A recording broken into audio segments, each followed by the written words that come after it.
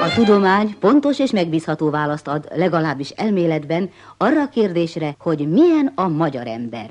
Közepes termetű, szikár testalkatú, mondják a tudósok. A szomorú valóság az, hogy ez a nép kihízta a tudományt, mert eszik ülve, eszik állva, eszik a parkban, és eszik a vonaton. Miért esznek a magyarok? Mert van nekik miből enni. Nézze, uram! Amit megeszik az ember, az a sajátja, az az övé. Ebbe bizonytalan világban ki tudja, mi történik holnap. Amit megeszek, az az enyém. Az itt van, azt el nem veszi senki tőlem.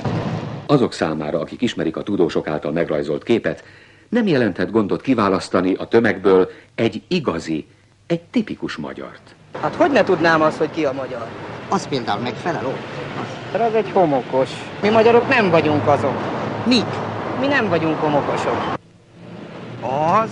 Hát az egy roma. Na és? Hát az egy roma, az egy igazi roma. És magyar embernek nem jó? A magyar embernek nem, egy roma nem jó. Magyar embernek nem. Hát az egy...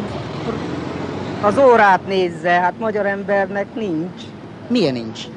Ilyen óra. Nem azért, mert én is magyar vagyok, de a világ legtehetségesebb emberei a magyarok. És ez mire? Hát nézze meg, ebből a 10 millióból hány fő Nobel-díjas, hány olimpiai bajnok esik erre a 10 millióra. Milyen a magyar ember? Én mondjam meg. Hát igen, magát kérdezzük. Ismer magyar ember? Ismerek. Hát akkor maga szerint milyen a természete? Hát, hogy mondjam meg? Hát magyarul. Magyarul. Mit fizetnek érte? Miért? Azért, hogy megmondja? Igen.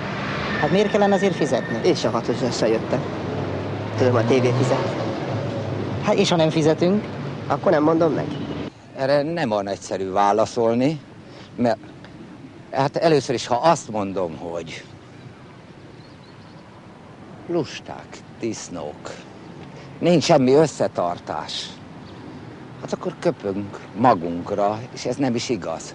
Ha meg ellenkezőleg, éppen azt mondom, hogy tehetségesek vagyunk, hiszen mind a tudományban, mind a művészetekben, mind a sportban szégyent nem vallunk sehol, akkor meg kiderül, hogy nacionalista vagyok. Van-e Magyarországon nemzettudat? Ez az alapvető kérdés, gondolom.